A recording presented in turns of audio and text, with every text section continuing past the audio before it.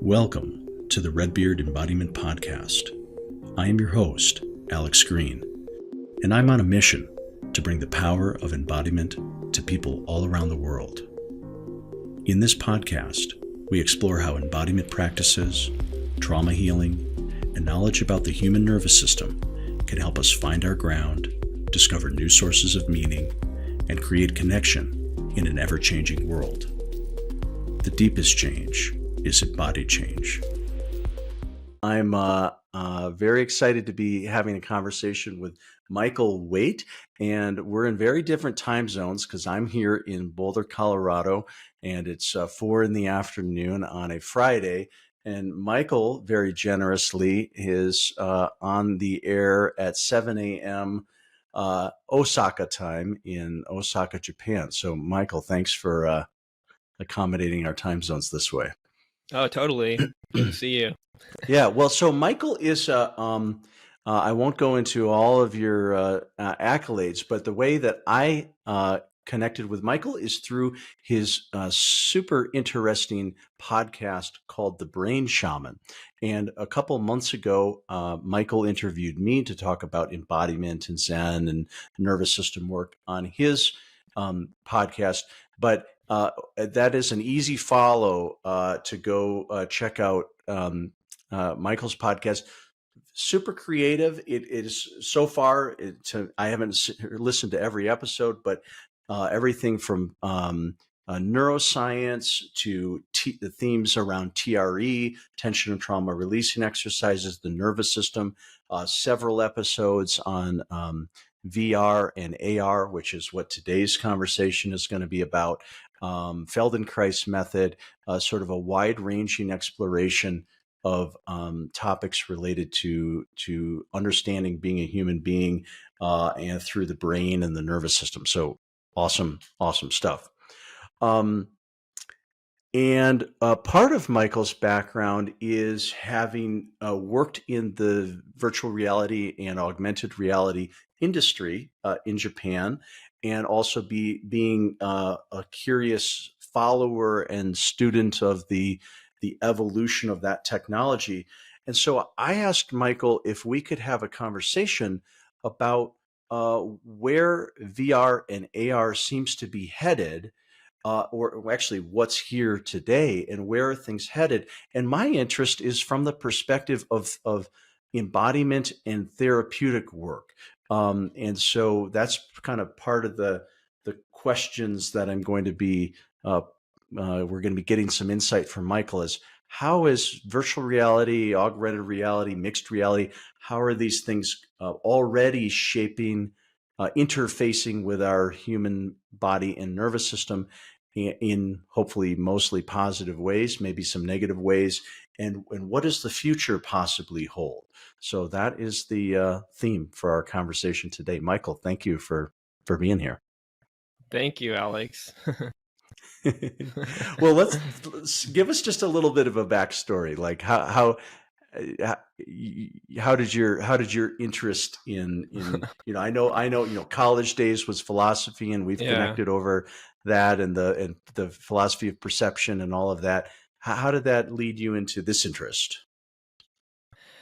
Yeah, I'll try to keep it as on topic as possible because I tend to just dig into all the ultimate causes, butterflies flapping their wings and stuff. But right.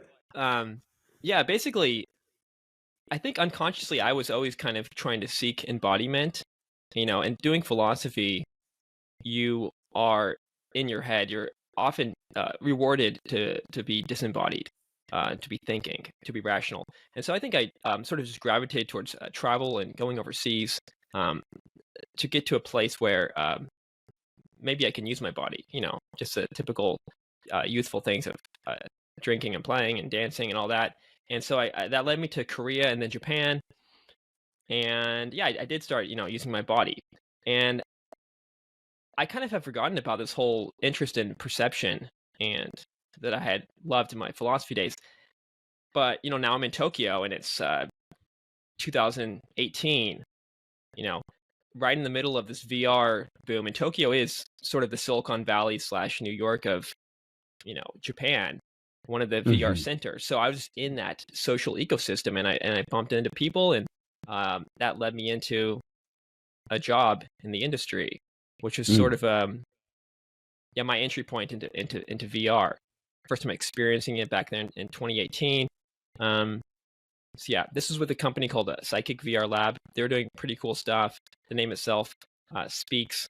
And I left that job, and then I started Brain Shaman, Hmm. and then the two kind of started to merge together. Um, so Mm. now I'm realizing that like there's this beautiful overlap between virtual reality and philosophy and the brain and the body, and it's a cool exploration. I'm excited to see where it takes me. Yeah, yeah. Okay, awesome. Good.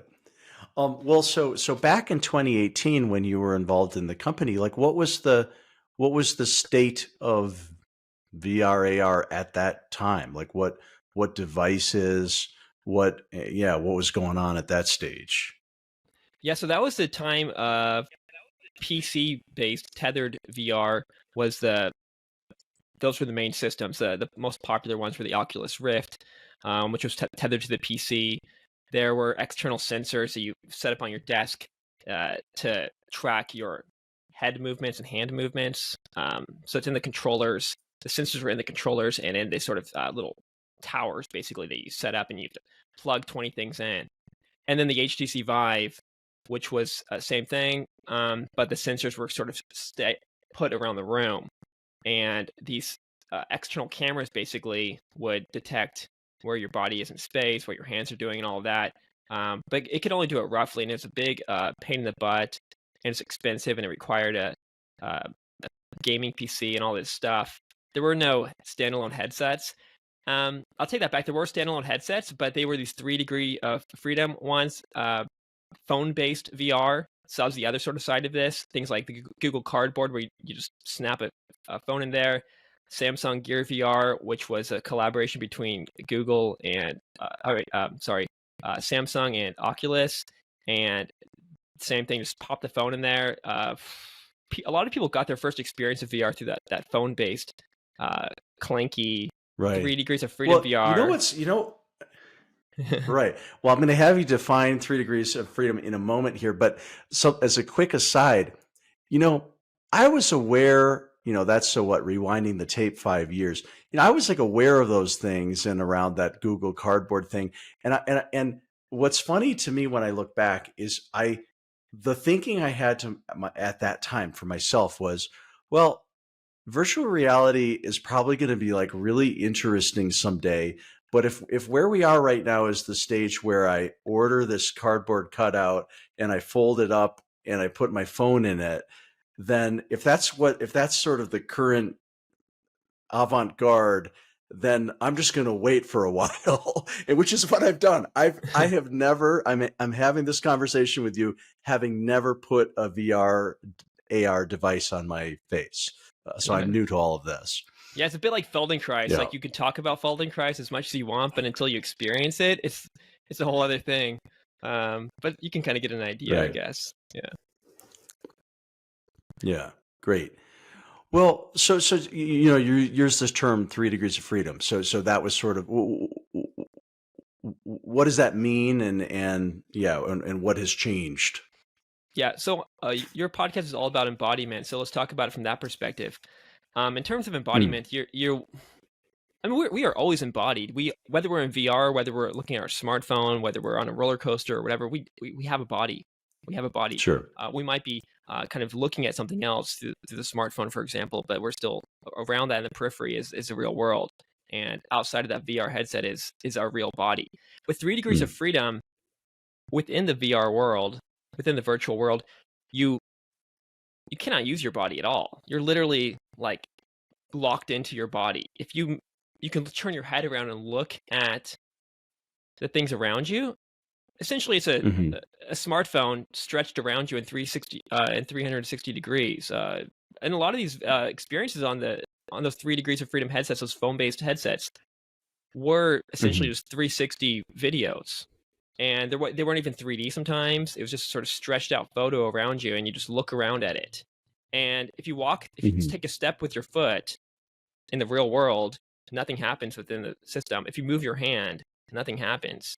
If you turn your head, I you can see. see around you, but that's it. You can't move through the world. There's no movement. So it's the equivalent. So when you're in the VR space, it's the equivalent of you can stand or sit there and you can turn and look around, but that's it. You can't move forward, backwards, crouch down. None of that is possible. Yeah, so when we say 3 degrees of freedom, we basically mean like turn your head left to right, up and down, and you can kind of spin it around. There's this like if it's an airplane, it can kind of turn in a few different directions, but it can't go forward or backwards or anything like that. It can just sort of spin around and look around. Hmm. I see. Okay. So that was then. Now we're now. What do we have these days? Yeah, well, soon thereafter, around that same time, around 2018, 2019, we did start getting 6 degrees of freedom, especially because I talked about there's those sensors, which were mostly outside in. So it was tracking you from the outside. It wasn't built into the headset. It's sort of these external sensors you got to set up. But that allowed you to walk through the world. And when you walk through your room, for example, you would walk through the VR. We could wave your hand around and your hand in VR would move. So the tracking started to get better and better. And then it started to get tetherless because when you're one other alternative from these phone-based VR systems was the PC VR, which is still basically stronger than the current systems like the Quest 2, even the Quest Pro, and all of those. But it requires a setup. With those, sorry, I lost my track of mind. With those, I think yeah. Yeah. Because so basically, it got untethered. But when you're sitting there, you got this cord around you, so you're literally chained up. You got a freaking mask on, a heavy blindfold on, and then you got this weird tail kind of thing that's wrapping around. So you might get tangled up. So even though you technically could move through these worlds, you don't feel safe to because you're gonna trip over things a little bit because it hasn't really well defined the space in front of you. Even now, VR hasn't really gotten to the point where, and then you get the cord. So it got cordless. But then with the cordless, basically the computing power wasn't strong enough. You're using smartphone technology, and we're still using Android technology to power these Quest 2s and stuff. So you got kind of lower resolution and all of that, and lower frame rates and all that. But it's getting better and better, and the sensors are the thing. And then the speed of the internet. All these other things are getting better and better. But I might be fast forwarding too quickly. No, that's fine. I mean, in some ways, I think knowing where things are today is probably more interesting anyway. I mean, so Apple announced, a couple months ago the forthcoming Apple Vision Pro with a big, sort of release, and probably 3/4 of the commenters were commenting on the price at $3,500 or something like that for their release. But probably the other 25% of the conversation was around a lot of the innovations with optical tracking and a lot pass through, et cetera, et cetera. So when I watched Apple's video, which I'll include in the show notes here, that was the first time that I was actually sort of like a little bit excited that, that my attitude of, well, if it's cardboard in my phone, I don't give a shit. Now that I see where we are today, I'm a lot more interested than I was. And I know Meta's about to come out with a new version, much less expensive, but still having some of those pass through features. So what if you share a little bit about what the current generation of consumer level technology is like, and then let's talk about applications, therapeutic and otherwise. Yeah, so the biggest player in the field is definitely Meta. The Meta Quest 2 is the main most popular device on the market, but it's already like 3 years into its life cycle, so it's about to die. Next couple of weeks, Meta's going to release the Quest 3, priced at around $500. It is going to have a better chip from Qualcomm, so it'll be able to. It'll be a better experience. It'll be better. It'll look better. I don't know too much about it yet, so tune into that. But what it's not going to have is Mhm. it's not going to have the hand tracking um, that the Apple Vision Pro has, which I think is amazing. Um, Mhm. VR has been controller based outside of the phone based ones, the HTC Vive, the Oculus Rift, and then all the Quests and all these things that came along with Mhm. it. They've been using controllers, so our hands have been sort of locked into these controllers, and that's how we move our hands. The Mhm. Quest is going to continue that. And then we have another player is from China, Pico 4, which is part of ByteDance, which makes TikTok. They're the other big player, but usually Mhm. in the US it's not there. Also pretty good one. And then now Apple. So it seems like it's Apple and Meta at this point. But like you, when I saw that Apple Vision Pro, that also got me really excited more than anything else Mhm. before. The price tag is the only thing really stopping me at this point. But Mhm. what's amazing about the Vision Well, Pro, and it's not released yet, right? I it's mean, not it released. comes out next spring.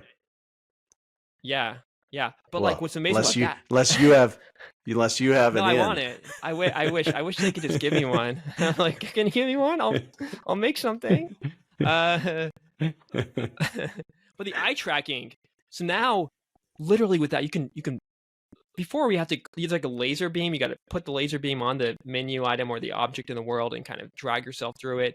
Now you just look at it, and then that'll control the scene. You can grab things by looking. You can use your hands. So the And hand so tracking and what? eye tracking are way, way, Uh, way better. It's new technology, and there's eye tracking in the Quest Pro, and it's going to be in the Quest 3, but it has more eye sensors for the eyes. You know, the Quest 2 might only have like one per eye. This has two per eye.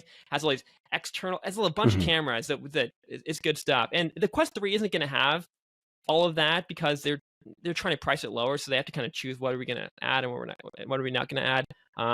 But yeah, the Vision Pro is like that's Sure. the turning point with the eye tracking and hand tracking. Yep. Yeah. Super cool. Well, so you had a guest on that I listened to that episode, Amir something or other, and um and I learned a lot about a field that he's in, and you'll probably maybe you'll remember the name of his company. But the industry is he used a term that I thought was very interesting, which was digital medicine or digital therapeutics, and is sort of the idea that his company is creating products through VR to work with cognitive performance and evaluation and other things. And so that's I'd like to talk a little bit about that if we can. Yeah, so just as on the phone, we've noticed that there are a lot of these sort of mental health apps, things like Calm and I don't know, what is Headspace and Luminosity and all of these other things to Duolingo. The same thing's happening in Mhm. virtual reality and augmented reality, and Amir Bozorzade's company Virtual Leap is one of these. I would compare it closer to something like Luminosity, where you're doing these brain training exercises, but in VR in 3D, uh, in a more immersive Mhm. environment where you're going to remember things more easily. Um, Mm. and yeah, just to increase your focus, to increase your memory, to do all kinds of things like that, and increase your cognitive abilities. Um, and there are other Mhm. companies doing the same. I can't name them all off the top of my head right now, but some are focusing on other things. You know, just going to hospitals, for example, to help patients experience a more beautiful, meditative, relaxing world, Mhm. for pain reduction, for uh, all kinds of things. Right. Well, yeah. So he, there were a couple examples that he gave that sounded really interesting. Like, I think one of their cognitive programs was, like you say, around focus as a treatment for ADHD or other kinds of things. But he gave some interesting examples of, yeah, using VR as a pain, sort of proven analgesic factor, sort of pre and post surgery, as instead of a pharmaceutical pain medication that a VR system was able to create the same response or a similar response, which was pretty fascinating. And then he gave a couple examples from psychology and trauma treatment that I thought was interesting, like around exposure therapy, like for example, working with phobias of public speaking, or the sort of VR modules where it puts you into that immersive environment. Of course, logically, that it's just VR, but there's so much cues to your senses that your nervous system still responds as though those, you're looking over a high balcony, or there's a snake there, or you're standing in front of an audience. And that to me was a really interesting application. Can you share a little bit around what you know about that sort of work? Yeah, so what's great about that is it's like in dreams, for example. When we're dreaming, we can experience these things safe from the safety of our own bed. We're just laying there, but we can't just consciously choose our dreams. Usually, it's more of a that's lucid dreaming. But even then, with VR, it's kind of like that. You're kind of popping into this safe, dreamlike state where you can experience these worries and pains and fears and things. And visually and auditory wise, you're going to be in it. You're going to be up next to that snake or that spider, walking across this plank. That's a classic VR experience. Walking across a plank, flying in an airplane, Right, public right, speaking. But you're sitting in your chair basically. So our body remembers things really, really much more easily when it's 3D, and even better if we're moving through the world, if we're actually using our motor senses. So that's maybe I think right. it might even get better if we, like for the planking example, for example, you are actually walking, so that's even more powerful than just sitting in your chair looking at the snake. But if we can add things like haptics, for example, too, and you can touch the snake and you can Yeah. or some olfactory, you can smell it. It would be even powerful. But even just visually alone, that's enough to sort of retrain your brain to say, hey, I'm safe, I'm okay. I can get over this. Right. But yeah. Well, so touching on that example for a moment, and this is maybe it's a little bit getting into a topic that I was going to push a little bit further in the conversation, but I'll bring it up now anyway, which is because part of my thinking is I'm starting to imagine, some of the modalities that I do, somatic experiencing, which is a form of trauma treatment, internal family systems, which is similar. It's a way of looking at the psyche and through a particular lens, and uh, and I'm starting to kind of imagine for myself, well, 5, 10, 2 years, 10 years, what's how are these things going to be done? And this example of the plank, where the difference of simply statically being in that experience versus mechanically walking sounds significant to me, because a principle in somatic experiencing work, that's Peter Levine's work, when we are looking at, let's say, for example, traumatic memory or something that creates activation in the autonomic nervous system, in somatic experiencing, we're very interested in if we are going to recalibrate our response towards a memory or a stressor or a trigger.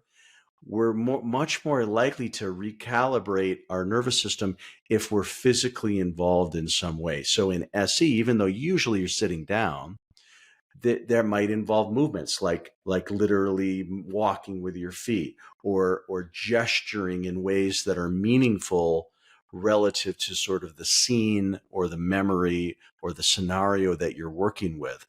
And so just to your comment around the plank, how much more powerful it is to actually locomote with your real body, if your goal is to develop more embodied confidence around that scenario, and a less uh, triggered fight or flight response, then certainly matches up with somatic experiencing thinking, that the more we can physically involve the body, the more likely it is that it's gonna land in the nervous system. Does that resonate with kind of how you're thinking about it? Yeah, and even from VR aside, if you listen to podcasts like Andrew, like Huberman Lab, he says the same stuff where we learn best for adult neuroplasticity, for change in our brain and habits and things. It's the motor senses that really get us changing most rapidly. When you make mistakes with gravity, you have to remember that, because this is the most fundamental part of our survival. And the earliest things we develop that babies learn how to walk before they learn how to do everything else, pretty much, even before they can talk or anything. So it's we need to remember it. So I think it's vital that if we can. This is also why the 6 degrees of freedom, and beyond that, we need more. We need to be able to actually walk through the world, not be trapped in our chair in VR or AR. When we're just sitting there, it's only going to go so far. Yeah, we can add like haptics and we can add smells and things, but I think the actual movement through our real world, the augmented reality, for example, the Apple Vision Pro will kind of allow. Well, even then it won't allow, because it's a battery problem. But you can go through there, and then that's going to open up a lot more possibilities for learning and change and trauma therapy and all of that. Well, let's take a minute. I mean, we've been using the term VR and AR and pass through. Could you just take a moment to just define that distinction?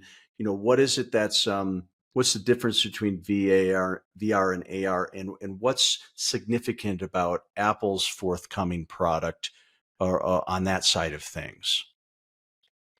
Yeah, well, with any technology, any kind of visual or sensory technology, we're always basically inhabiting two worlds. This real world that we're in our body, in our actual, on Earth, and then that virtual world.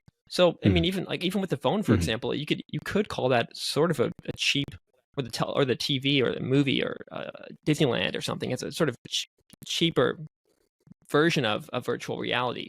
But it's not fully immersive. So VR, you're cutting off as best as possible the visual world, and hopefully more than just a visual world. In the sort of ideal Ready Player One sense, you'd be in a haptic suit, and you're literally, all of your senses and nerves and everything would be tied up to that. But that's like decades and maybe a century away or something. But you're basically the gap between these two worlds is really cut off. You're just literally, at least currently visually, you're in that world all around you in a headset. And there might be some light bleed. You might kind of see your feet underneath or off to the side. And that's sort of a problem with current virtual realities. You just look at the phone, you can, in the center of your vision, you can see that virtual world, but around you in your periphery, you see the real world. So it doesn't really work. And with VR, it gets better because it cuts off more of the world. But the more that it cuts off, that's more VR. AR is the main feature is the real world, and you're just adding layers on top of it. Think of like Pokemon Go or little holograms that you walk past. But you can literally walk outside. You can go to work. You can do all your normal stuff. You can talk to friends. And you're just adding little virtual layers and objects into it to augment it. And mixed reality is kind of the same thing, pretty much, but it's kind of maybe mixing the two together.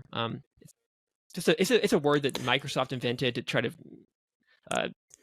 like brand their own little thing. And so back then too, back in the days of 2018, 2019, Microsoft was also in the game with all these Windows mixed reality headsets, and they were actually the first to have the inside out tracking, where the tracking came from the headset itself, and that was actually cool. But they Google and Microsoft kind of gave up on that, but they might be coming back.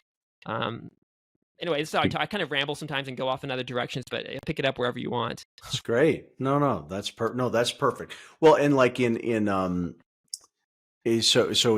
Apple's, video presentation, what I like, this sort of idea of what are they calling it? Spatial computing or something like that, where you're in your room, I'm in my office here, but I'm wearing my headset. If somebody walks in the room, I can see them because I'm seeing the room. They can see they can see me. They can see my eyes. But then I can overlay into my space. I can bring up a screen, make it any size I want. I can move windows through the air. But so all of that's happening. But nevertheless, I'm still occupying the office space that I'm or whatever room I'm in. Is that accurate? Yeah, and what's also beautiful about the Vision Pro is you can also, with a little dial, you can choose sort of the level of immersiveness. You can cut off more of the periphery and make it kind of basically virtual reality, and you can kind of dim it down just to the right degree that you want. So you can change the lighting, and you can change sort of how much of this world do you want to be in, and how much of that virtual world do you want to be in. And you're always going to be in the virtual world to some extent, and in the real world to some extent. And your body, motor wise, you're always in this world. And I don't know how we're going to. VR is nowhere near that kind of embodiment, but visually and auditory wise, even they've got spatial audio, so the audio feels more real. Yeah, you can kind of choose the level of immersiveness, and I think, well, that's really cool. It's really dancing between VR and AR, and that's what the current Right. upcoming headsets all will do. All the upcoming ones are, I feel, going to go in that direction. It seems they'll also go remote, controlless, hands free. I'm a bit surprised that Quest 3 is going with the controllers. A lot of the other companies like Pico and Apple are getting rid of them. Just as we already got rid of the external sensors and all the cords and all the other extra things. So basically what we want is a light, easy headset that that we feel safe in. Mm-hmm. Mm-hmm. Yeah, absolutely. Well, okay. So in the podcast with Amir that you did, the really nice conversation, you made a really nice comparison of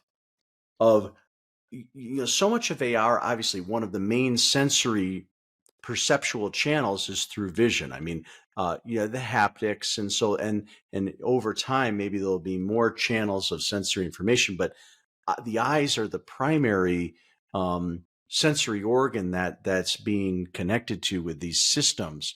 And you just had a lot of interesting things to say about the use of eyes and with phones. We have a narrowed focal vision, which is associated with stress physiology.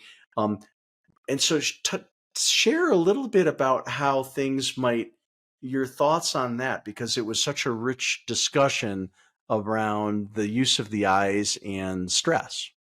This is something I really, really care about, and I wish more people were talking and thinking about.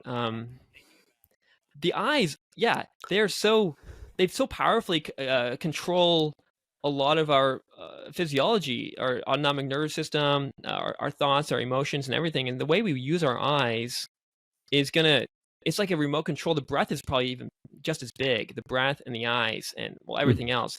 But the eyes, so Right. there are different eye movements and neck movements we can use to alter our physiology and cognition.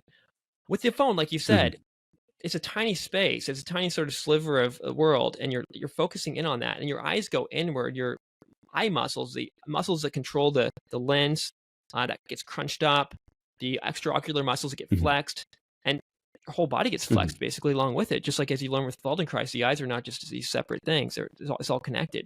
Then neurochemically, that's cranking up the adrenaline, the dopamine, the norepinephrine, all these sort of action-based fight, flight, and also good for good reasons too. Maybe you want to get work done, you want to focus. But the thing is, like, is the phone what you want to focus on? Maybe not. I mean, if you have that same sort of inward focus on a book, you're going to read that book better, and you're going to be in it, and the rest of the world's going to be cut off. And if you're talking to someone and I'm like looking at you, for example, right now I have my own face cut off. I don't know how to change the screen on this, but I put a paper up on half of my monitor so I can only see you. So I'm more focused on you. Auditory wise, even if I cut off the visuals and I just close my eyes and listen to you, that would even increase sort of this auditory focus. So the phone is doing that. It's kind of bringing your eyes inward, which increases focus, which increases sort of energy, sympathetic arousal, which is great, and it could be bad. Stress can be useful. Stress can be not useful. But the phone kind of gets us trapped in there for too long sometimes. It doesn't let us sort of release and relax and open up our vision. So, for example, with virtual reality, I think this is definitely an improvement for the eyes. Even though the lens is right up here, it feels like the world is so far away. It's like you're looking out at this big, wide nature, this horizon. You're looking out the window at the clouds in the sky, or you're in the ocean. You can see it all, and you're relaxed. That relaxes your eye muscles. The eyes start not going outward like a deer or a rabbit, but just sort of forward and relaxed in a normal way. But yeah, kind of more out. The pupils change. Everything changes. and that creates a more relaxed feeling. It turns on the parasympathetic nervous system. It instead of it being dopamine and adrenaline, now we got serotonin and GABA and all of that stuff going on, and it's just changing the whole thing. Your muscles in your legs and feet relax. Just from kind of the Feldenkrais perspective, it all kind of connects. Mhm. Your heart rate slows down. Your breathing probably slows down. You're more connected. So virtual reality is largely this wide panoramic view, and you're not focusing on a tiny screen, a tiny space. So that's pretty cool. And there's a bunch of other things too. I'm just going to kind of keep going for a minute. The neck, for example. Yeah, do it. With a phone, you're Mhm. looking down. Your head's going down, and Mhm. when your head goes You down, get your yeah, eyelids also go down. It creates text sort of neck. tech neck, but also it's kind of a strange experience because visually you're in this sort of high energy wakeful mode, but motor wise your neck is down, which kind of closes your eyelids as well, and it kind of triggers out this piece in the brainstem that actually puts you to sleep a little bit. So you're kind of dozing off, but this thing's kind of keeping you up. It's kind of like the equivalent of like having an espresso or a coffee at midnight or something. You're like, am I awake or am I not? What's going on? Right, And right. with Feldenkrais, Feldenkrais sometimes puts you in these sort of contradictory things, like, okay, look up, but kind of close your eyes and it feels strange, or put your right shoulder up and left shoulder, leg down or whatever. I don't know the things, and it feels Right. strange. I think with the phone, we are kind of trapped in this sort of awkward position of head down, which is kind of putting us to sleep. Like And then it's weird, cross signals. and it feels strange, Yeah. and it feels dirty, and it feels grunge, and it does. It might be okay for as a sort of little training exercise like in Feldenkrais, but you don't want to be trapped in there for 5 hours a Spend day. hours, as most people do. Yeah. Yeah. So one way to think about it is if VR becomes elegant, streamlined enough that it sort of replaces our phone use as a natural evolution, towards, then it's what I'm hearing from you right now is that there might be many advantages to that from an embodied and nervous system perspective. Does that Yeah, seem yeah. fair? Yeah, so with VR, you're gonna be looking up more. You're gonna be looking out more. You're overall gonna be more relaxed, unless you're playing some strange zombie shooter Your up kind of hands are experience. free. Your hands are more free, and now Yeah. especially with remote controllers, because with a phone, you're like not only clenching your fists, which is a kind of fight Mm. thing, and also you're kind of locked up Mm-hmm. because you don't like if someone comes up and attacks you, you've got to. It takes time to unclench those hands. I mean, you're done. He's got you. So the phone's like Right. kind of got you handcuffed, and then you're Right. and then what was I gonna say? Also with the phone, this is kind of going off a different direction, and I'm just like bashing the phone now. But there are problems with VR too. But we're still focused on the phone Right. problems. Another problem with the phone is this world shifting is happening a lot. I mean, TikTok is sort of the worst extreme example of it, where you're literally jumping between worlds every 10 seconds. Right. And we didn't evolve to do that. Fire. We didn't evolve to like just teleport Context like that. switching. Yeah. Normally, to get to change your visual environment, you have to do something. You have to walk somewhere. Right. It's work. You're doing something. But now we're kind of getting this weird, strange reward of being in a different world, and a world that's going to fulfill our needs. This world is going to give me women. This world is going to give me food from Uber Eats, and this humor. Yeah, all your needs are being fulfilled. And normally, if we want to fulfill those needs, which is going to give us all these happy chemicals and stuff and put our body in a good state, is we have to walk and we have to do actual action and work. But now there's no action, no work, and we're just literally, and our brain's confused because like, how am I feeling so good and getting all my needs fulfilled like every 10 seconds? And it's crazy. Our body's overwhelmed. And with VR, you could do that. I mean, the fact that one of the top 3 players in the field, a ByteDance, which owns TikTok. A little worrisome.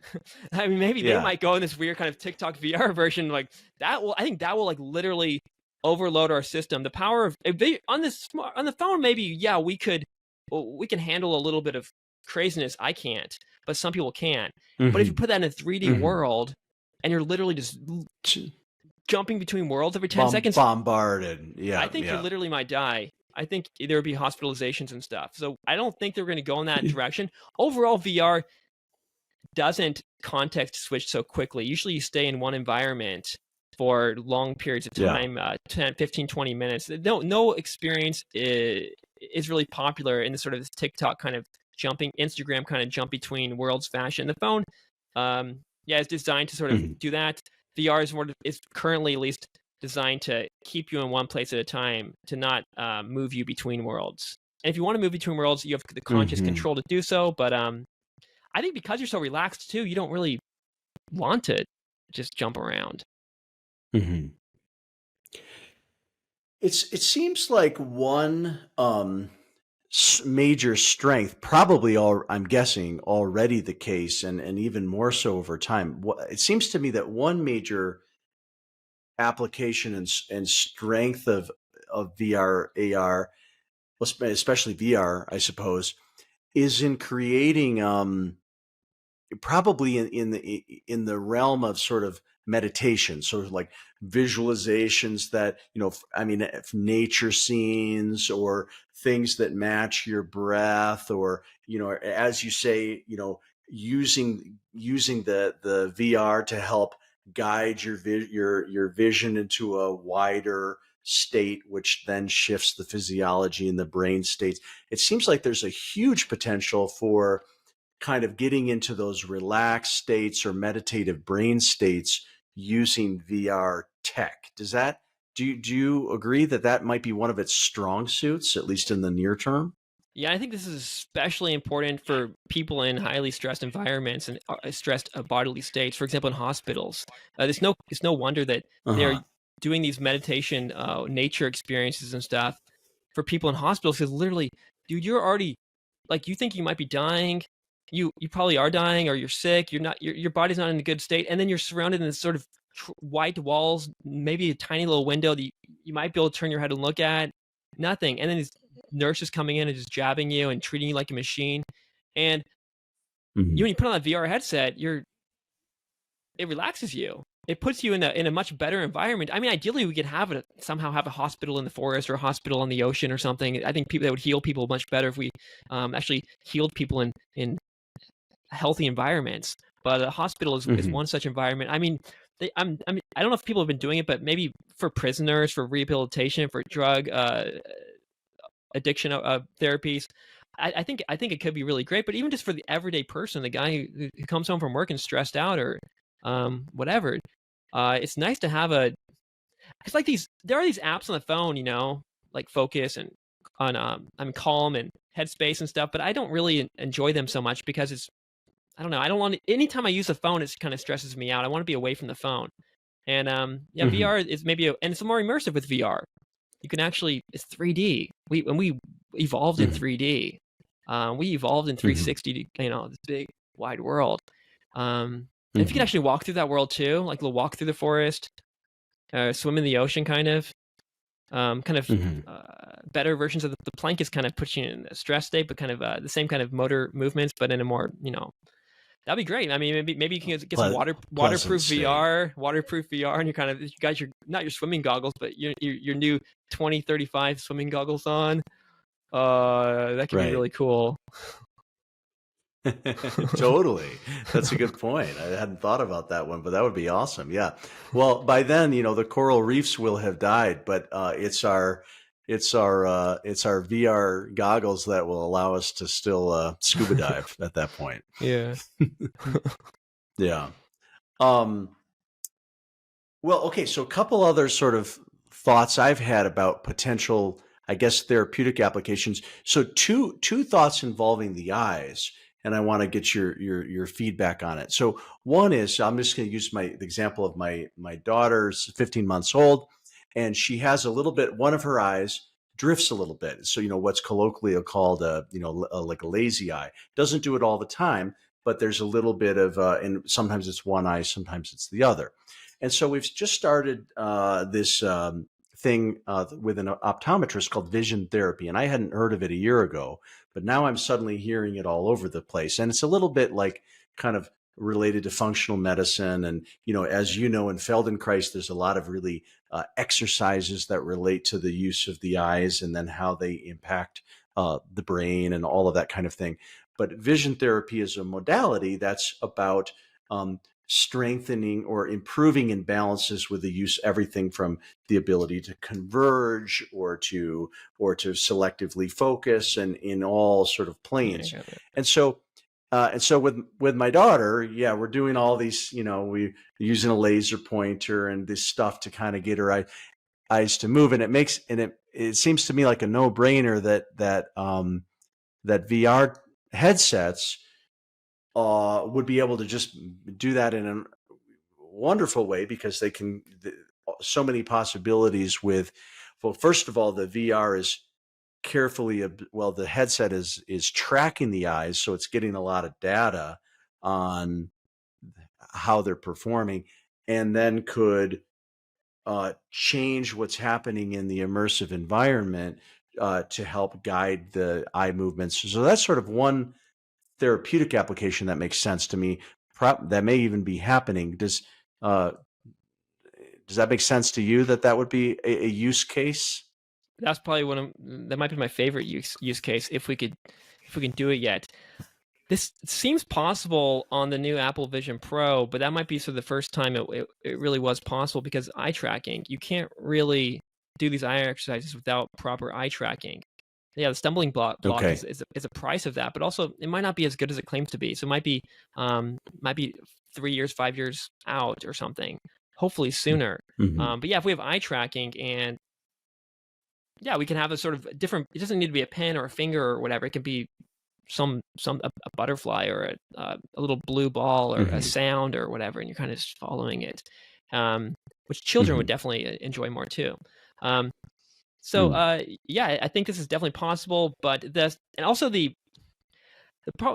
could do some VR, I guess, but you still need a VR headset that has proper eye tracking, which eye tracking is sort of just a new, it's like kind of like last year. In the past year, the eye tracking is really actually becoming a thing.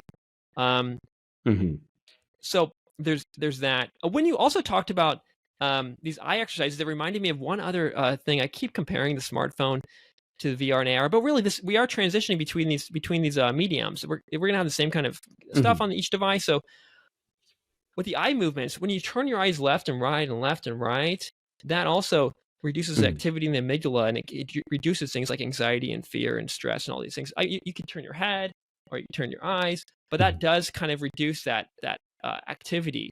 So, for example, when you're walking, this is also one of the great things about why when we walk or we ride a bicycle or we run, it feels kind of good. It's this optic flow of these objects passing by us, or auditory flow, where the sounds are passing by us. And when we do that, you might not think about it consciously, but when you're walking down the street, naturally your eyes kind of go side to side and side to side. When you're riding a bicycle or when you're running, it's the same thing.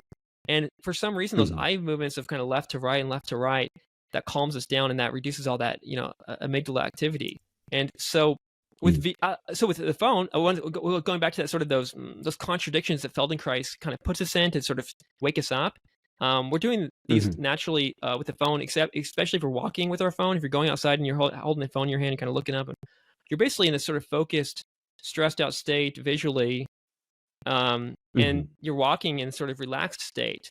One of the beauties of walking and with running and cycling and stuff is it relaxes you. It kind of turns all that focus and motivation and productivity stuff off, and you're just like meditating in a weird way. But when you got your phone there, you're kind of throwing away all the magic. With augmented reality, especially once the computing power gets good enough to where we can actually walk around outside, and the battery lasts long enough and all that, which might include having things strapped to our wrist or a battery pack in our pocket. Apple has a battery pack in the pocket. Meta's kind of putting a computer on our wrist, which is going to probably become a smartwatch, and kind of tying us up, putting the computers around us. But eventually we want it in the headset. If we can walk outside with augmented reality, we can do that optic flow and auditory flow. We can look around and hear what's around us, and instead of walking with our phone, which is going to increase safety as well, but also this relaxation effect. Yeah, super cool. Yeah, so we use that principle of optic flow. I like that term all the time in somatic experiencing as a tool for the same reason you mention it. That we're having a conversation. Maybe the person's been looking at you, and we're frequently taking a moment and the term is orienting in somatic experiencing, taking a moment, just letting the eyes wander, even lingering on some of the details in our visual environment, or sometimes you do the same thing auditorily, just sort of listening to the soundscape as a conscious shift from sort of a focused attention. We're talking about something or remembering something, which is more of that focalized mindset, and how to become shift gears into a more, I guess, that alternative mode. And I think it's an outcrop of that same principle of looking out at the wide horizon, the periphery, zooming out. That relaxes you, because when you're Mm-hmm. looking out at the sky, you're probably also kind of turning your eyes a little bit, looking around. There's a bird, oh, there's a tree, but you're not sticking on to staring at the bird for an hour on end, and that, which might actually be useful too. It's a bird's much better than an iPhone, but Right. you're kind of looking around. You're just there. You're not focusing in on any particular object, and we need, it's just like how we need to eat, and then we did not eat. We need to sleep and then wake up. Our body needs to sort of jump between the parasympathetic nervous system and the sympathetic nervous system. And if we get stuck on one side, that's not really good for us. Right. I think augmented reality especially is going to allow us to have a more even balance between these two states of the nervous system. VR too, but VR ultimately, I think one big problem of it is that we do have this thing strapped to our heads. If we can get and we are getting the pass through AR feature, so you can like look out at the world, but as long as you're blocked off, you've got this heavy blindfold on. At least the controllers are going away, so we aren't handcuffed anymore. But we are kind of strapped to a chair. So the more we can walk around, we need to feel safe. Basically, safety's our primary thing that we're kind of after. Yeah, we want to have entertainment. We want to have sex. We want to have all our needs fulfilled. But if we don't feel safe, we're not going to use it. And I don't think people feel safe in VR yet. They don't feel comfortable in VR. Yes, we talked about the content-wise, the field of view is wider and all these things. Those are great, but it needs to get lighter, and it needs to get somehow, I don't know how it's going to be possible, but off of we don't want to block out the full world. We want to be able to quickly shift into the world.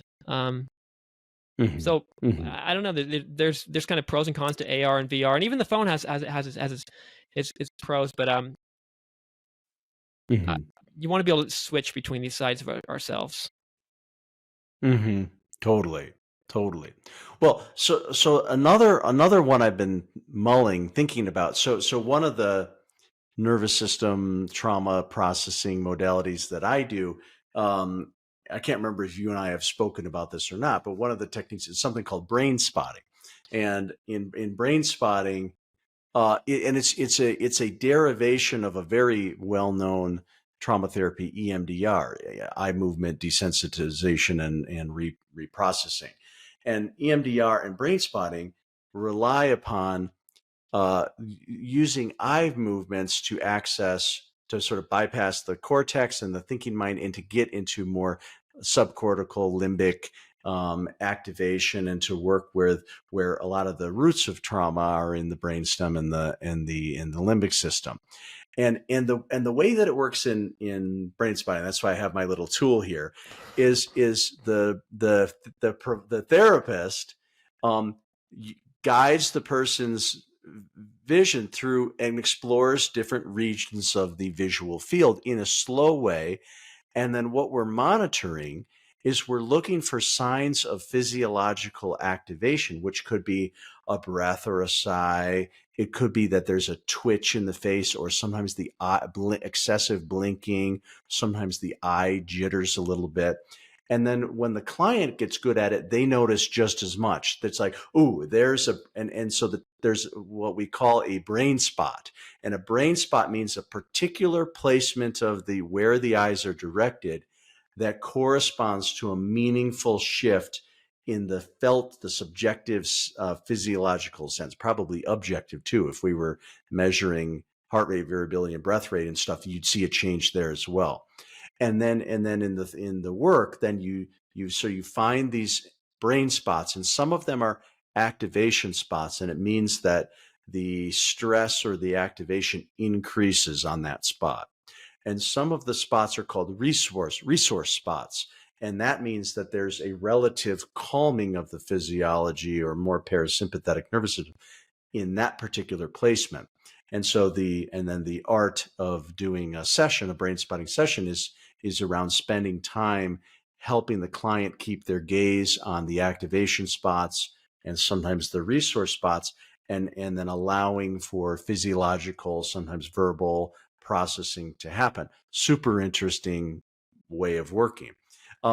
And so to me, this will be another area where a future VR system will be able to do that, guide somebody's eye movements through the range, but then also be observing, are there hiccups or are there meaningful pauses, and then stay there and I mean, and this is maybe getting into AI at this point, where algorithmically there's some protocol that helps sort of change the physiology. So to me, it's just really interesting to imagine where these things might be headed.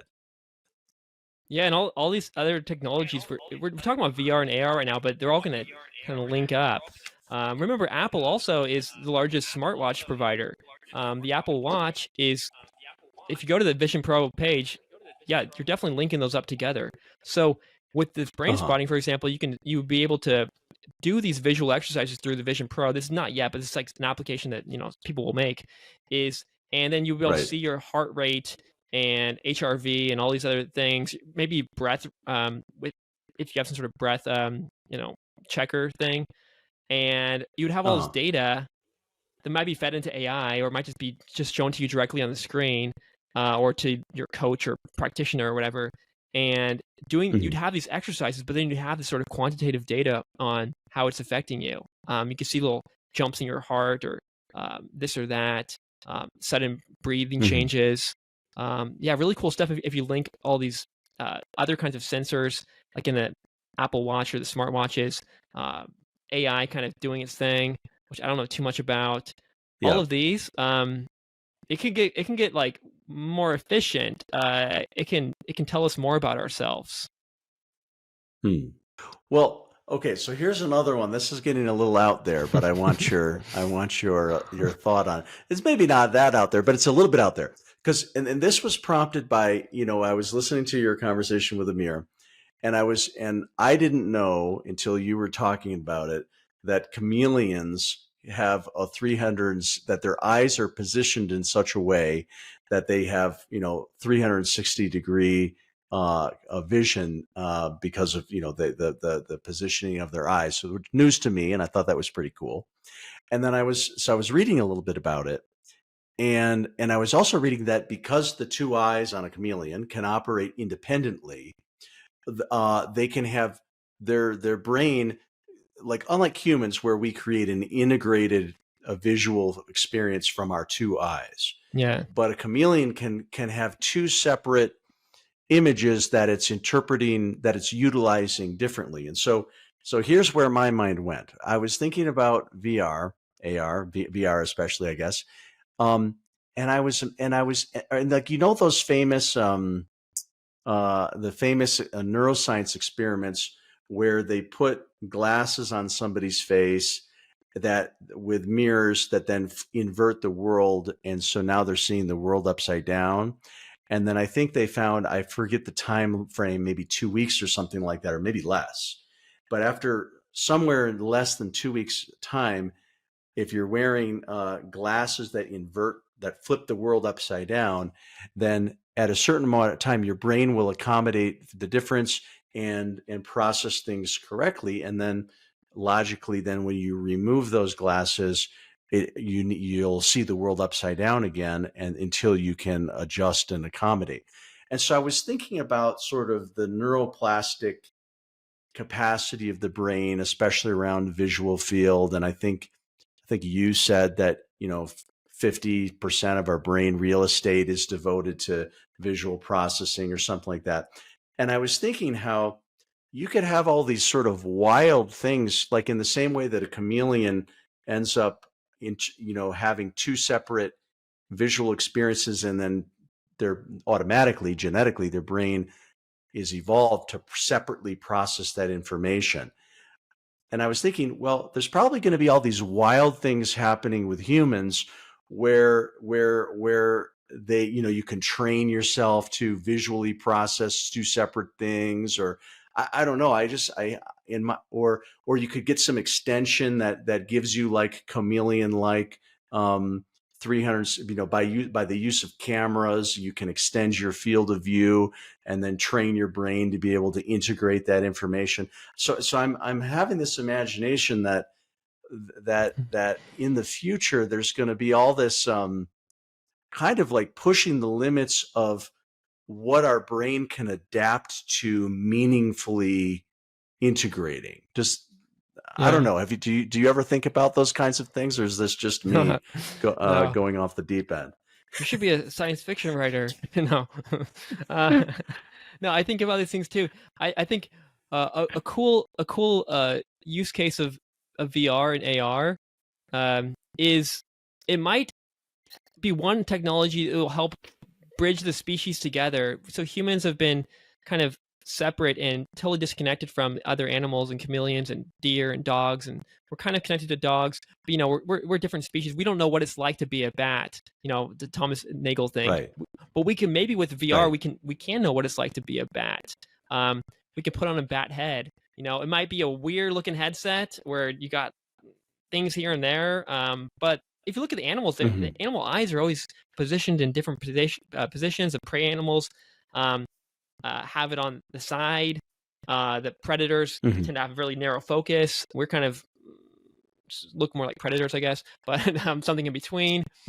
And some can see in infrared, like the pythons, and goldfish can see the whole, like the really, really wide range of the electromagnetic spectrum, all these infrared and ultraviolet and all these colors. And they also got kind of buggy looking eyes like the chameleon.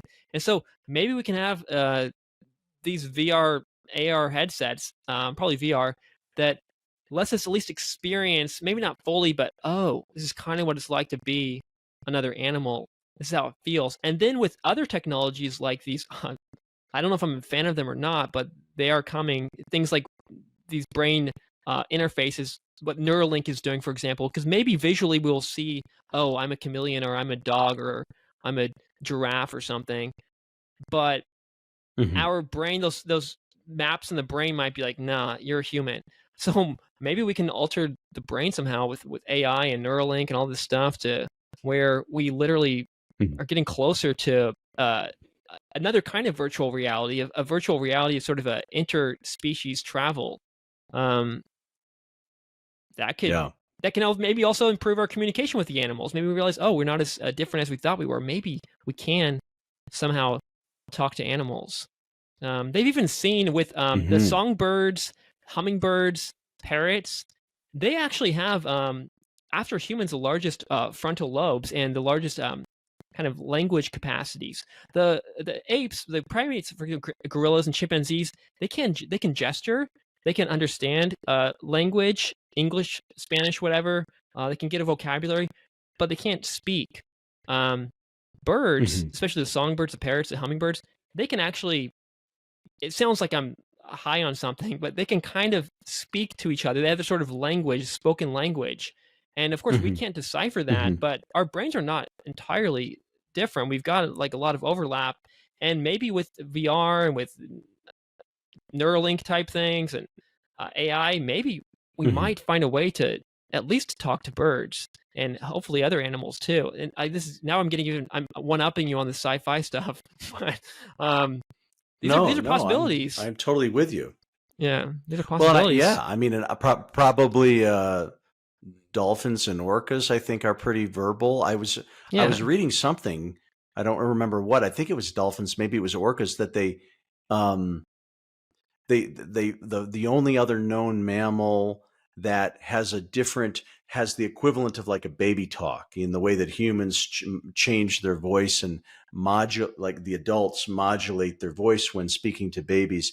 That same phenomenon is true. I think it was dolphins, but I don't totally remember. So I'm with you on that. That would be a pretty interesting application, sort of kind of where things may be headed. You know, it's funny. This is a little bit of an aside, but when I think about all these technological solutions, VIR and where it's heading, I, I'm also always struck by. I can't help but think of sort of like technologies, um, human technologies that preceded this type of technology. And I'm thinking more about, you know, yogic technology, meditative technology, shamanistic technology, where there are some parallels. You know, what brought this to my mind was this idea of, you know, becoming a bird, or you know, through a neural interface and whatnot. And you know, there's parallels to some of these things, you know, in through shamanic work and other things. And so to me, I think it'll be interesting as humans continue to evolve in this very technological direction. It'll be interesting to me if we lose some of, you know, the kinds of, I guess, inner technologies that have been cultivated over centuries, or if those will be integrated and enhanced. Like, I kind of have no idea where we're heading as a species, to be honest. Yeah, because we've developed a lot of technologies and techniques and things, and yoga and meditation and Feldenkrais and all these things, but it seems to be mostly an auditory based thing. A teacher is talking to you, or maybe you're closing your eyes as an imagination thing, something built into our bodies. But VR can turn all these Right. primarily audio based modalities, and you're using your body, but sort of this audio body interface. Now we could turn it visual and everything else. Another thing that kind of came to my mind when you were talking about that is there's a kind of a pretty decent overlap in the community, in the VR community, of people who are doing VR and into VR, and they're into psychedelics or things like that. So, I mean, Mm-hmm. psychedelics itself, that was sort of a I know it's a kind of controversial topic because these things are illegal in certain places and whatnot, but Mm-hmm. that is kind of one of Yeah, our but earlier, it's another technology. It's another another sort of technology. another kind of VR. Essentially, you're kind of Yeah. showing yourself a new way to look at your own body, your own mind, and the world around you, and connecting it all together and all that stuff. So there might also be we might I think we'll continue to use those technologies, psilocybin and MDMA and all these things, which have been being used for therapeutic purposes as well. And they might find Mm-hmm. kind of nice, smooth ways to combine the technologies together. Maybe you're doing VR on psilocybin or something. I don't know. Like I said, Mm-hmm. these are it's still True. kind of new territory, but I'm pretty sure there will be companies doing that. Okay, last major topic, and then I'll see if what's still percolating in your mind. But so, in your conversation with Amir, um, you made a cool analogy, and you said, you know, these days, you know, in terms of medical technology, we have, you know, ultrasound and lasers, and like, you know, now for kidney stones, the ultrasonic vibration targets the, you know, the kidney stone and then helps dissolve it and pass it. And then the analogy you made was that, you know, maybe VR will be, and your analogy was brain stones, and neural circuitry and things like that, and that maybe VR could be used that like a laser beam to target neural circuitry and what you were calling brain stones. And could you just elaborate on that for a minute? Because it sounded interesting. It might connect up with your you were talking about brain spotting, for example. So maybe we can spot the brain stones by doing things like brain spotting or other little VR exercises. It also goes back to that phobia exposure therapy stuff. So maybe Right. we find that fear, we find that unwanted habit, we find that stickiness, that uh, contraction in the nervous system, in the muscles or wherever. I mean, in the muscles, Hmm. our whole bodies. You know, there are brain versions of all this. You know, this toe over here has got a little place in the brain, and this elbow over here has got a place in the brain. It's all got like a little virtual home Right. up here. Um, and yeah, maybe Sure. And we can yeah. yeah, Um, I like to use the words sensory and motor homunculus. So yeah, exactly. We've got all our whole body is mapped in our mind.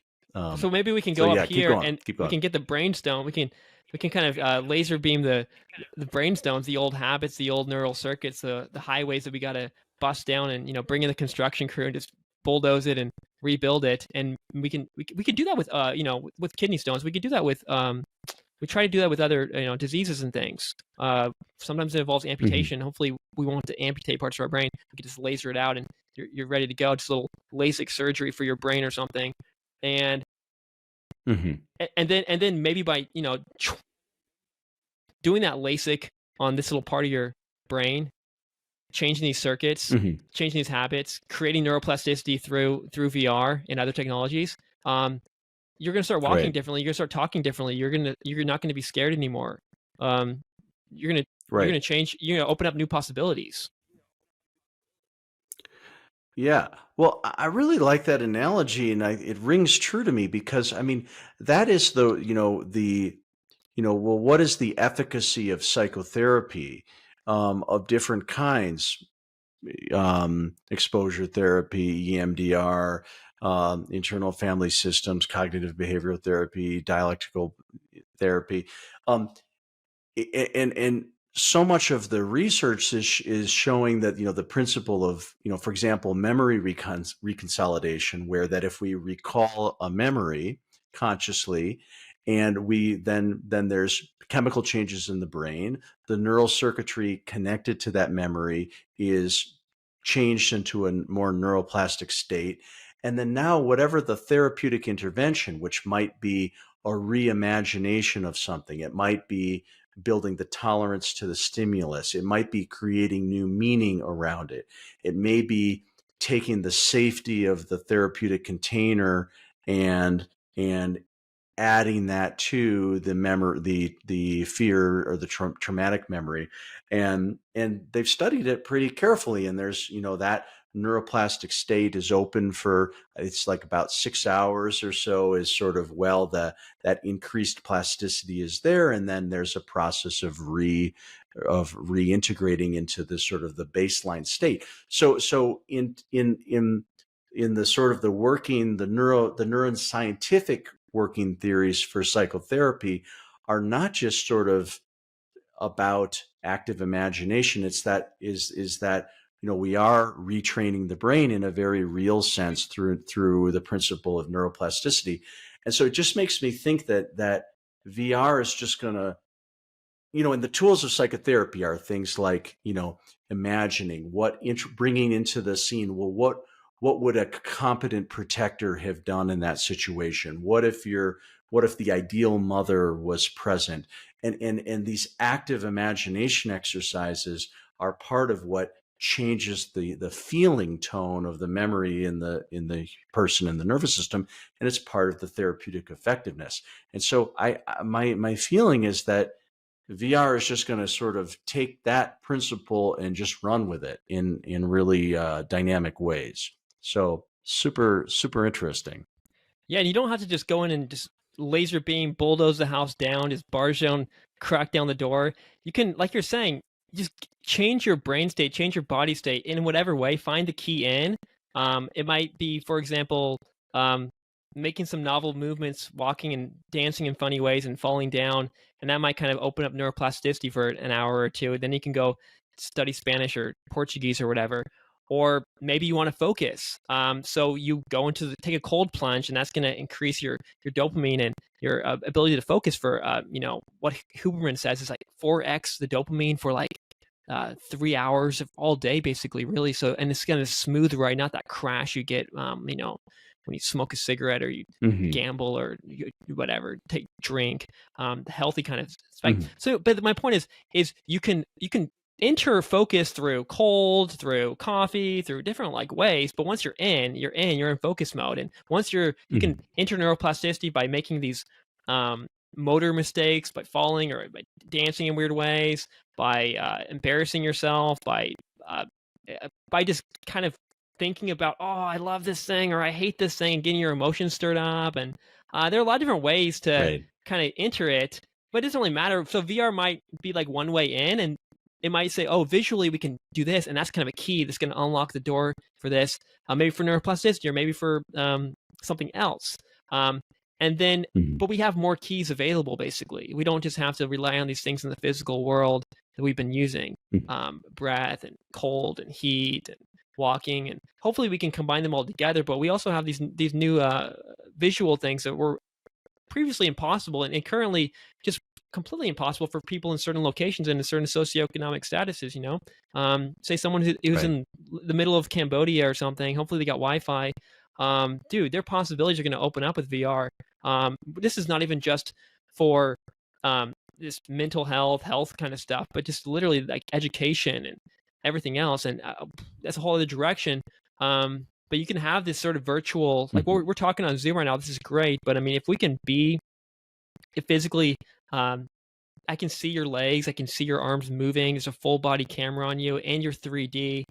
Your voice kind of vibrates Mhm. on me. Um, Maybe we have haptics, Mhm. and you touch my shoulder or whatever. You're doing your Feldenkrais lesson. Mhm. I think we're a ways away Mhm. from actually being able to do Feldenkrais or TRE or something in VR because we need um, sensors and trackers for full body. Basically VR is currently legless. If you go into and Mhm. bodiless, it's all kind of hands and eyes and neck and head. And that's as far as we've gotten so far. But the legs do not exist. Even the Mhm. avatars in Horizon World or Rec Room or all these sort of social platforms, they don't have legs. And now Mhm. Meta is releasing the legs on other people. Sort of AI is kind of generating, okay, this is how they're probably walking, but you can't see your own legs because that would be weird if you're moving your legs in real life, but you don't, but your legs in virtual world aren't moving because it doesn't know what your legs in real life are doing. So how would it be able to move them? So we need sort of, Mhm. you could hook up like little sensors and things to your ankles and your knees and your hips and stuff. And Mhm. some people are doing that. Actually, my little brother is pretty geeky on this stuff, and he's got all the sensors, and he's got a full body kind of tracker thing. Um, and there are actually there are he's got a girlfriend in VR, and oh god, it's the whole thing. He's 14, 15 years old, and you're like, okay, buddy, I guess that's a new way of having a girlfriend. But but another option might be to have external cameras. Like we have this, like the HTC Vive and the Vive Pro and all that had these sort of cameras around the room. These lasers that were kind of tracking your movements. I think recently they came out. There is a company that came out with just a simple smartphone app that kind of is kind of recording your body movements, and you kind of place your phone away. Maybe you get a tablet, a computer. We'll probably have something better, but just an external camera that's looking at you and not perfectly matching the movements because you don't have the sensors actually attached to your joints and stuff. But it's kind of that Mhm. plus AI maybe generating. Okay, probably his legs are moving in this way, so we can generate a Mhm. visual of that and create a full body avatar. Um, Mhm. but yeah, if we can get sensors all over our body or find a way to track our full body, um, and if we could do that quickly, a Wi-Fi internet gets even faster and faster. We can kind of teleport. We can do these sort of.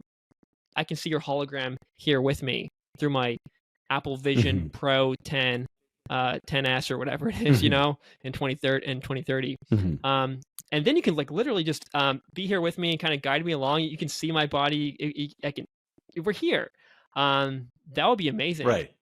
Even in VR, That would be amazing. if we're both got the VR headsets on and I'm laying down and you're talking to me and there's like little visual things. Maybe you have a little wand and you splash a little purple dot above my knee and like touch that with your knee, touch that purple dot. I'm like, okay, and they're like, yeah, and we're kind of both in that virtual world together, fully embodied. You Uh-huh. can do this currently with your voice. We can go. Right. You can take me into VR and I can have my avatar in there, but you're gonna be looking at my avatar and it's like it's not do it's just turning his Yeah, head I'm not around and going to see stuff. what I need to There's see. no feedback. Right. Right. You need to see what's actually Right. the movements. Um, but if we can Right. actually see the movements in VR or AR, if we can sort of either through AR sort of teleport those holograms, so there's a hologram version of us, this like a Mhm. live feed that would work, or in VR if we have all our Yeah. sensors on and you can sort of see how my each finger is moving and stuff to the micro Yeah. detail. That could also work, but we're not. The technology isn't really quite there yet. But these are I think these Right. Feldenkrais lessons and TRE lessons and stuff very well could and it probably will go in that direction, but it might take 10 years. Mhm. Wow. Well, to me, it's just fun to imagine. I mean, I'm already kind of like I say. I watched the Apple video. I'm sort of blown away by what we currently have, And as we know from this year's extraordinary sort of the rapid pace of of AI development, since, I mean, it was happening all along, but became into the public broad awareness, with the launch of ChatGPT last November. We're just seeing this acceleration of some of these things. So personally, I feel really interested in kind of watching the space and seeing where it's headed. But I really appreciate taking time just to let us know what's here now and what's on the horizon. Yeah, so if anyone's like, after listening to this, like, oh, now I'm going to go buy a VR headset, one, definitely wait until the Quest 3 comes out in a few weeks, because Quest 2 has been out since it's like 3 years old. It's actually pretty decent, but even the Quest 3, even the Apple Vision Pro, if you're looking for embodiment, if you're looking for all these sci-fi things we're talking about, that's not going to be there. The current VR will be great for a passive consumption, for watching movies, for watching content, for experiencing some kind of nature or meditation experience. Social Planks. VR, yeah, planks. You get social VR. You can kind of go into VR chat or Horizon Worlds or something, a rec room, and hang out with these cartoony avatars, talk to your friends. Another version of Zoom. You can the workspace. You can have little virtual meetings and stuff, but you're not embodied. You're basically hearing. There's a microphone hooked up in headphones, and you're hearing like what we're hearing now with each other. And the world's more 3D, and you can use objects and stuff in there. So there are all these uses. There's games and all that, but in terms of like embodiment, it's not there yet. So don't expect to have a body in VR. You might have eyes if you get the latest headsets. You might have a neck. You have hands, but you might not have fingers. Unless you have these. There are some gloves and stuff that really get down to little details. And for haptics too, there are haptic gloves that you can feel actual things you're touching, hot and cold, and it taps into all those tiny little sensors on your hands. The gloves, the company called Haptex, HAPTX. That's one company. But yeah, you're not really embodied, so don't expect to have a TRE Feldenkrais experience in there. Yeah, it doesn't exist. But you can have meditation, you can have a social experience, you can just play a game, watch a movie. These are all great ways to do it. And yeah, the Quest is Meta's really priced things pretty nicely. They're definitely undercutting themselves in the beginning just to get the user base. So I mean, for like I think $500, you'll get this amazing new computer on your head. 3,500 for the Apple one, which is I can't imagine anyone besides developers buying that, or some just really rich person. But these are yeah, I think it's worth dabbling in.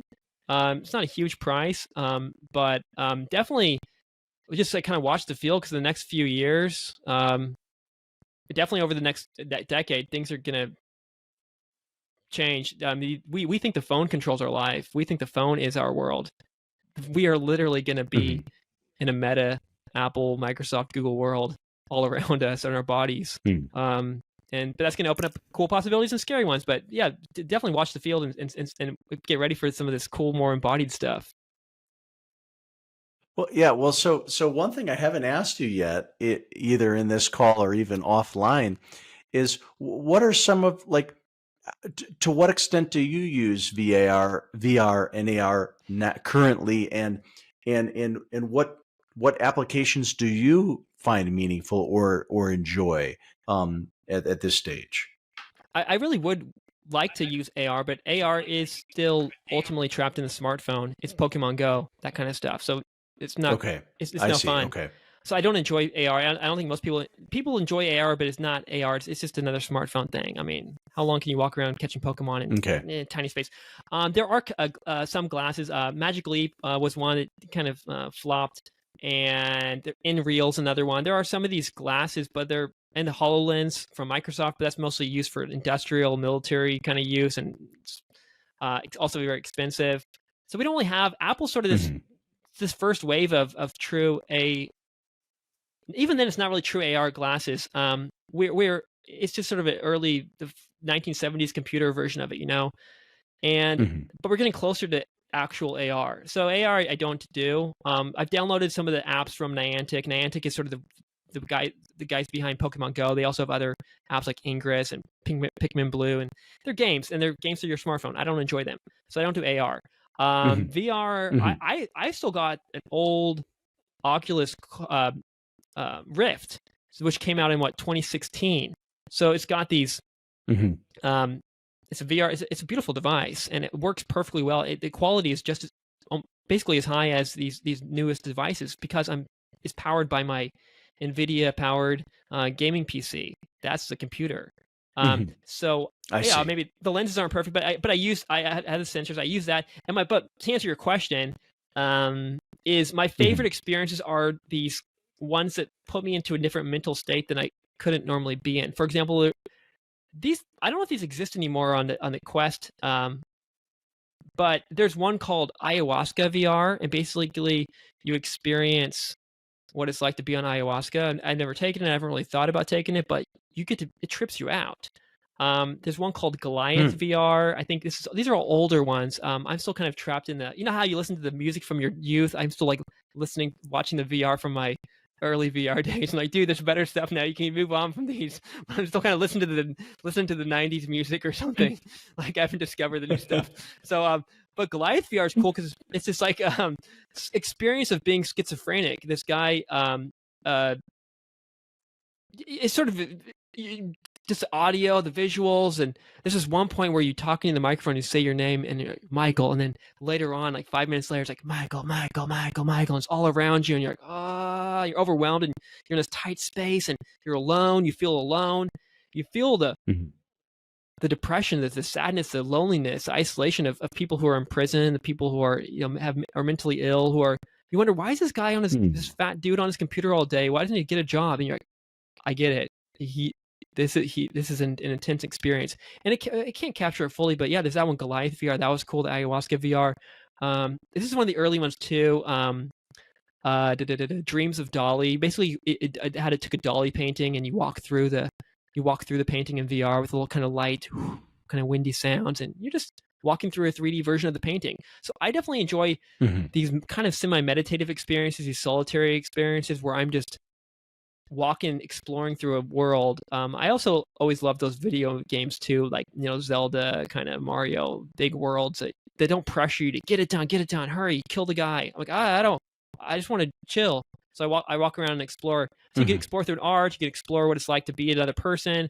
And like we talked about, maybe if they had these animal ones, those would be my favorite ones. If I can have like a whole animal pack, and you buy each animal for like extra $10, I would be buying these things up.